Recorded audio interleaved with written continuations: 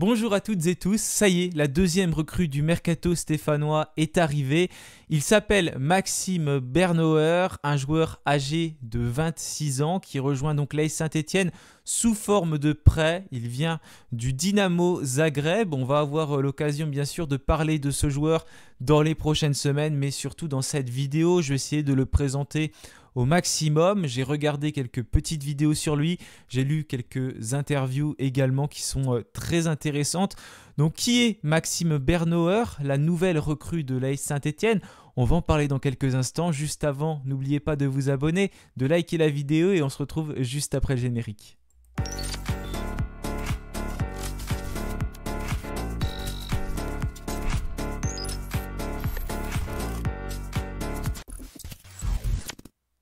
Voilà, il ne reste plus que quelques heures dans ce mercato hivernal. L'AS Saint-Etienne a officialisé sa deuxième recrue après Irving Cardona. Donc on était plus dans les postes offensifs. Cette fois-ci, c'est Maxime Bernauer, un joueur qui est polyvalent, né en 1998. Français, il a d'ailleurs joué avec les équipes de jeunes en France, on aura l'occasion d'y revenir. J'ai écouté des interviews, notamment une Club des 5, je crois, sur YouTube, qui était très intéressante. Il avait été invité il y a quelques mois et il avait pu s'exprimer pendant 1h15 environ et parler. Donc je vous invite à aller voir cette vidéo pour apprendre à mieux le connaître. Donc c'est un défenseur central, en tout cas il est formé à ce poste-là.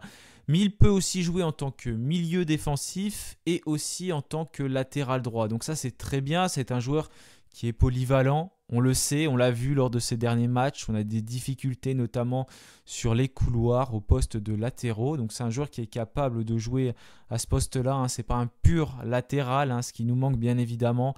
Mais au moins, voilà, il peut être aussi là pour jouer à ce poste et puis pour, on va dire, dépanner, même si j'aime pas trop ce terme-là, il faut pas trop dépanner, il faut plutôt avoir des joueurs qui sont fiables. Donc il vient plutôt, je pense, pour jouer en tant que défenseur.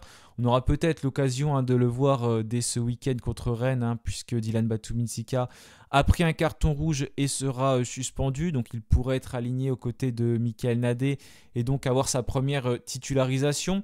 C'est un droitier, donc complémentaire avec Michael Nadé qui est gaucher potentiellement.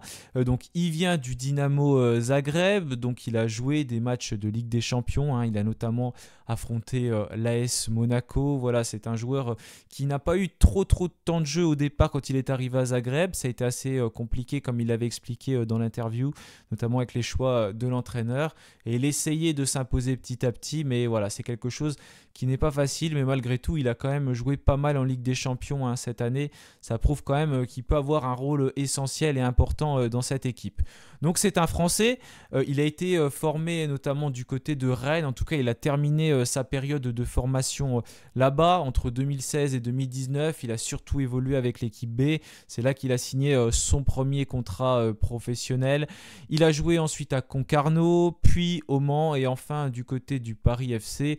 Il a notamment été coaché par un certain Thierry Lauré et a rejoint ce club du Dynamo Zagreb durant l'été 2023. D'ailleurs, Thierry Lauré a donné une interview que je vous invite à lire sur Poteau Carré, où il parle un peu de ce joueur, Maxime Bernauer, qu'il a forcément connu. Il dit qu'il l'avait installé au départ comme latéral droit et après il a vu que ses qualités étaient plus en tant que défenseur central. C'est un joueur qui n'a pas forcément des qualités apparemment de vitesse pur. C'est pas un joueur qui est lent, attention, c'est ce qu'a dit Thierry Lauré, mais c'est un joueur que voilà, sa qualité principale n'est pas la vitesse, mais il est capable de beaucoup anticiper et c'est ce que j'ai remarqué aussi dans les vidéos que j'ai vues. Bon, je tire jamais de conclusion avec des compilations parce qu'on peut dire ce qu'on veut d'un joueur pendant 3-4 minutes grâce à des compilations, mais on a quand même vu ces choses-là, je les ai vues. Il y a des fois, il y a le ballon qui arrive, hop, il arrive à anticiper et à être avant l'attaquant. C'est des choses qu'il a réussi plusieurs fois, en tout cas dans les compilations, et aussi ce que j'ai remarqué, c'est son jeu de pied. C'est un joueur qui est capable de donner des ballons, déjà des très bons centres, quand il est latéral. S'il est défenseur central, on va peut-être pas avoir trop l'occasion de voir ça, mais quand il est latéral, il est capable de bien centrer. Et quand il est défenseur central, il est aussi capable de donner des longs ballons dans la profondeur. On sait que ce sera peut-être l'objectif avec Cardona, essayer de le trouver dans la profondeur. C'est pour ça qu'il est venu là, pour avoir cette profondeur supplémentaire. Donc j'espère qu'il va y avoir une bonne connexion entre les deux. pas faire ça, pas en abuser pendant 90 minutes bien évidemment, mais 2-3 fois dans le match, c'est des choses qui peuvent être intéressantes. Et voilà, en tout cas son pied il a l'air assez précis pour donner des ballons dans cette profondeur. Il a donc eu une expérience avec les équipes de France U16 et U17. Il fait d'ailleurs partie de la génération qui a gagné l'Euro chez les jeunes, je crois en 2015. Mais malheureusement, il s'est blessé à ce moment-là. Donc il n'a pas joué, hein, alors que tous ses coéquipiers de l'équipe de France ont pu signer leur contrat professionnel à ce moment-là. Hein. Forcément, c'est quelque chose qui a fait décoller un petit peu leur carrière. Ça n'a pas été son cas à ce moment-là. Hein, je crois rupture du ligament croisé. Donc il a mis du temps à revenir. Hein. Voilà, ses coachs lui ont fait confiance, notamment à Rennes. Mais il a fallu que voilà, il travaille beaucoup pour ensuite pouvoir signer son contrat professionnel. En tout cas, c'est un joueur voilà, qui était déjà connu chez les jeunes, un vrai espoir hein, qui est de la génération donc, de Kylian Mbappé. C'est un joueur qui a déjà de l'expérience, hein, il est quand même âgé de 26 ans. Donc on parle souvent de cette data, du fait qu'on a envie d'aller chercher des très jeunes joueurs.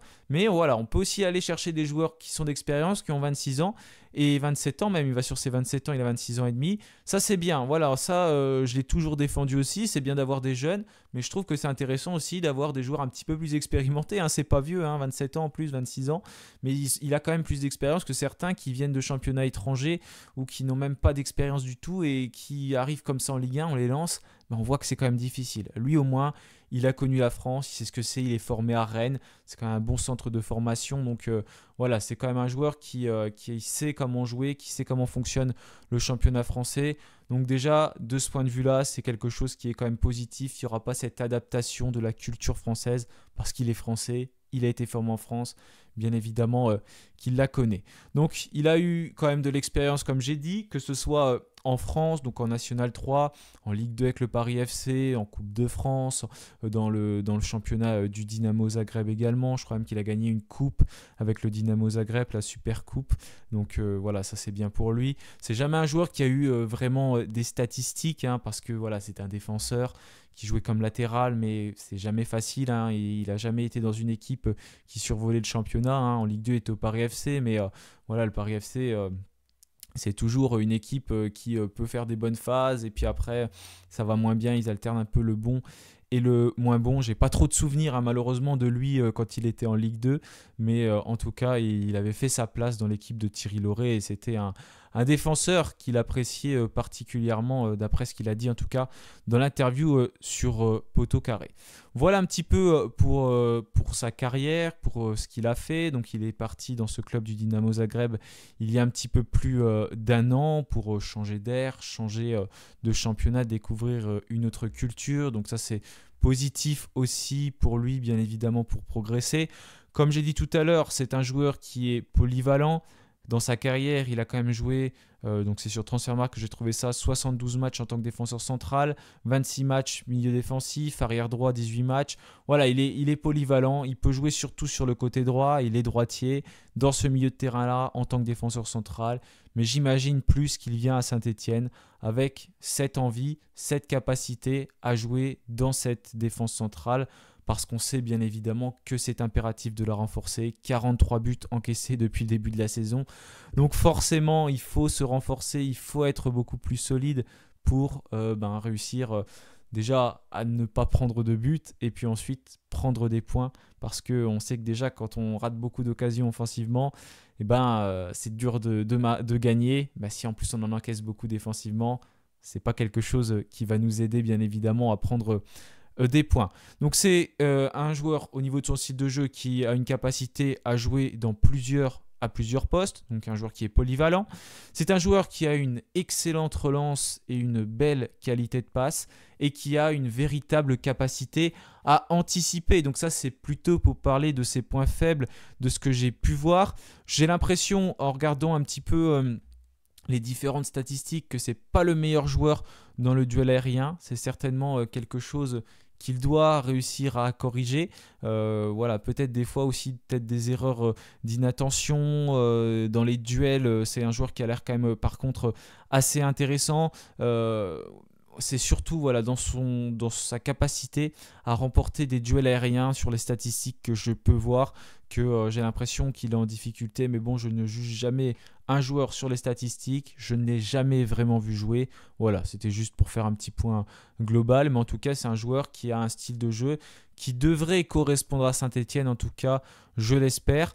Apparemment, il y a une option d'achat dans son contrat. Je ne vais pas vous mentir, je tourne la vidéo avant qu'il ait signé, parce que là, je la tourne juste après le débrief contre Lille. J'ai vu qu'il allait arriver ce dimanche, donc j'en ai profité pour la tourner parce que c'est plus simple pour moi de le faire maintenant. Je crois qu'il y a une option d'achat d'après ce que j'avais pu lire. Sur l'équipe, il parlait d'option d'achat à 1,5 million d'euros et un contrat de 3 ans qu'il attendait ensuite. Donc en tout cas, voilà, seconde recrue pour l'AS Saint-Etienne. J'imagine qu'on va le voir très rapidement aux entraînements et très rapidement à l'œuvre. Et peut-être déjà titulaire ce week-end contre le Stade Rennais, une rencontre qui sera très importante dans ce championnat de Ligue 1. N'hésitez pas à réagir en commentaire, me dire si vous connaissez ce joueur, si vous l'avez déjà vu jouer, ce que vous pensez de ses qualités. Est-ce que pour vous c'est un joueur qui va pouvoir s'adapter facilement au jeu stéphanois, au jeu que veut inculquer Eric Horneland à son équipe? J'attends vos retours en commentaire. En attendant, je vous souhaite un très bon week-end. On verra s'il y a une autre vidéo mercato avec d'autres recrues ou peut-être que ce sera l'avant-match à la prochaine vidéo. Mais on aura bien évidemment l'occasion de se retrouver très rapidement. Encore une fois, merci à tous pour votre fidélité et puis bien sûr, allez les Verts!